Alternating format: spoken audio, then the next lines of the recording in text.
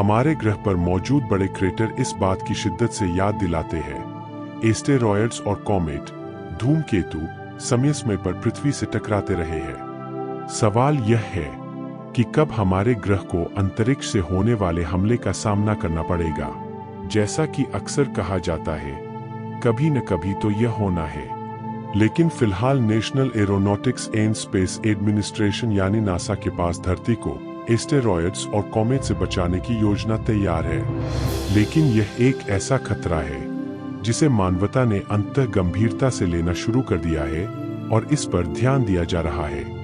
Double asteroids redirection test (DART) की सफलता से प्रेरित होकर नासा ने हाल ही में एक नई planetary defence strategy and action plan जारी किया है। इसमें नासा ने चेतावनी देने के लिए संभावित खतरनाक वस्तुओं को खोजने, पहचानने और फिर उन्हें दूर धकेलने के अपने प्रयासों का वर्णन किया है।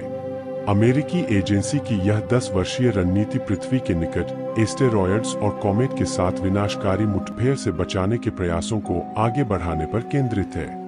नासा के planetary defence officer Lindley Johnson ने कहा, पृथ्वी पर एस्टेरॉयड्स के प्रभाव से विनाशकारी तबाही की आशंका है और यह एकमात्र प्राकृतिक आपदा है जिसे मानवता के पास पूरी तरह से रोकने के लिए पर्याप्त तकनीक है।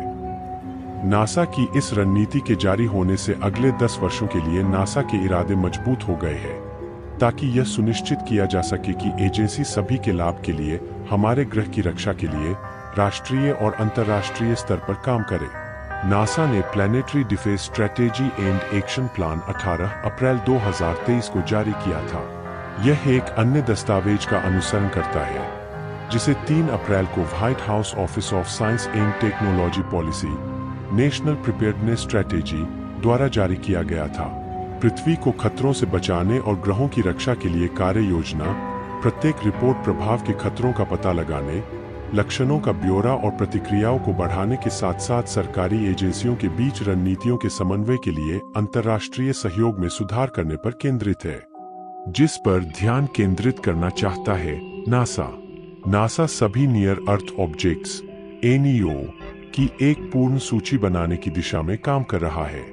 NEO सर्वेक्षण से यह पता लगाना है और प्रयासों में सुधार करना है जो पृथ्वी पर खतरा पैदा कर सकते हैं।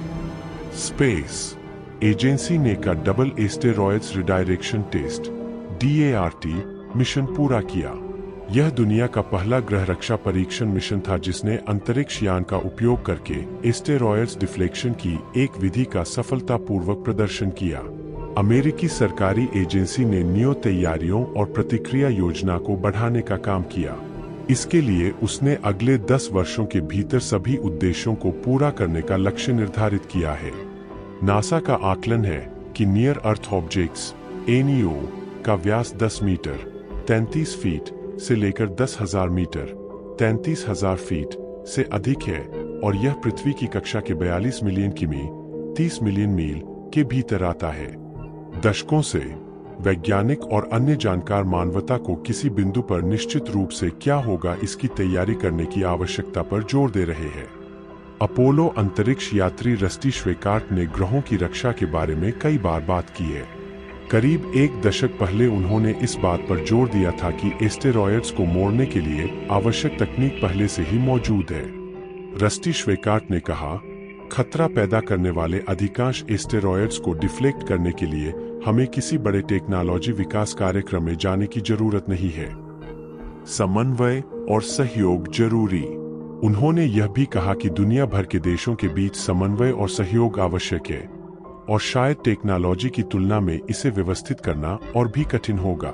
श्वेकार्ट ने कहा, भविष्य में हम पर एस्टेरॉयड्स की मार पड़ने का सबसे संभावित कारण नौकरशाही है, न कि तकनीक। यह एक दुस्साहसिक बयान है, लेकिन अगर हम इसे पार कर सकते हैं और अपना काम सही ढंग से कर सकते हैं, तो हमें भविष्य में कभी भी ऐसे एस्टेरॉयड से नहीं टकराना चाहिए जो पृथ्वी पर जीवन को खतरे में डाल सकता है।